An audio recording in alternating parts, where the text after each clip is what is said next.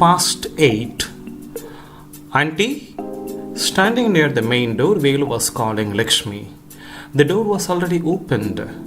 Usually in South Tamil Nadu, especially in districts like Madurai, Trichy and Tanjore, the residential colonies are very amiable. The barricades for acquaintances are nowhere to discover there.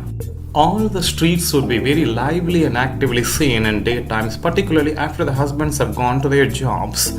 The housewives finishing their household chores would gather to chit-chat and even gossip the latest news of anything happened in their neighborhood. There could never be the qualms of thieves entering in the open door and attempting larceny due to the strong social network among the people living in such neighborhood. Author's note. Later, in 2003, when I came to Chennai, the first thing I deduced in irony on glimpsing any neighborhood was that all the doors were kept shut. Even after I started residing in my flat, I never knew who was living in the next doors for more than several months. It was awful for me first.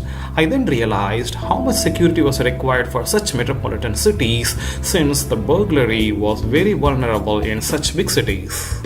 Auntie, are you there? This is Velu.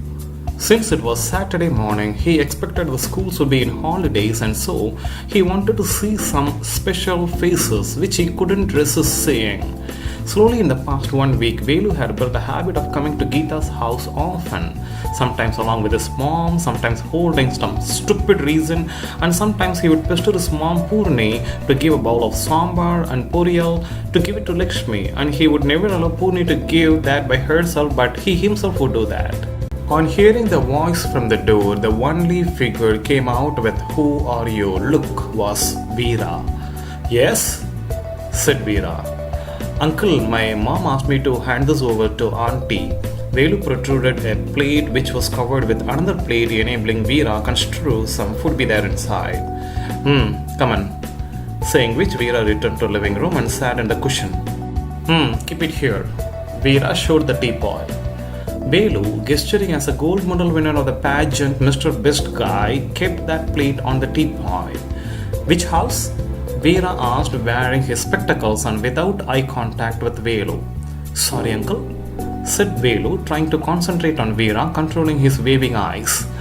Veera turned his face from the newspaper and saw Velu's eyes belligerently. "Who are you?" said Veera. "Uncle, I am Vel Murugan from this house," said Velu, pointing out the direction of his house. What's your father?" "He's a retired electric board personnel taking rest in home and we guys are earning to support him." Veera raised his eyebrow and saw again Velu's face. Turning back to his newspaper, Veera asked, "What are you doing?" "Ayyo!" Velu never expected such cornering. "Sit down," said Veera, pointing a chair beside him. Velu sat on it like an obedient golden retriever. After 5 seconds, Veera insisted. Tell me." Oh yes, uncle, I am an entrepreneur of a small-scale factory of iron-smith," said Velu. Where is that?" "Uncle, it is in the end of the street." Velu pointed the direction. "That thatched one?" "Oh yeah, uncle, you found it out." Velu smiled. Velu's factory was just a thatched house in the end of Ainarkoil Street, abutting the dry lagoon. The main occupation of this factory was iron-smith. He appointed 2 boys to burn something and stab something. Always some burning and stabbing sounds would be going on inside. A lot of his friends had helped him financially to build the shed. Getting into newspaper, Veera tried to pick the headlines, making the next 10 seconds go silent. Velu was all sharp of his ears, wondering if anyone was there in the house, and was feeling as if he was arrested by a military man. Anyways, he was feeling happy for such a meeting, and all he wanted was to get good name from this Hitler.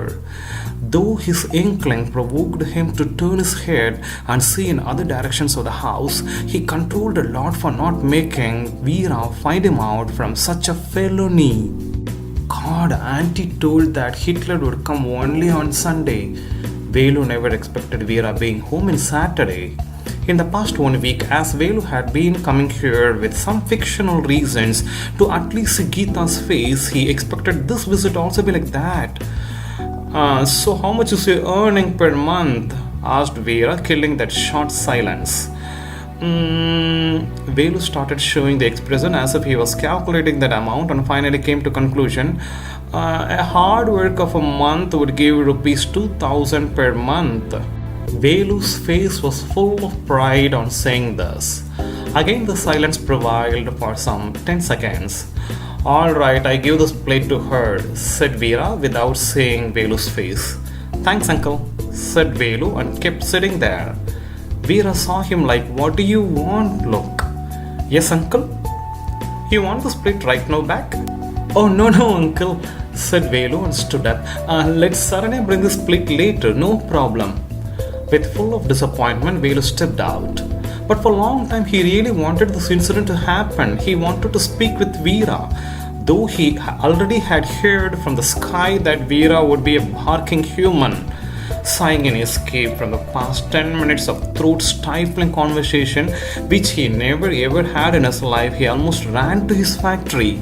He always used to call his workshop a factory.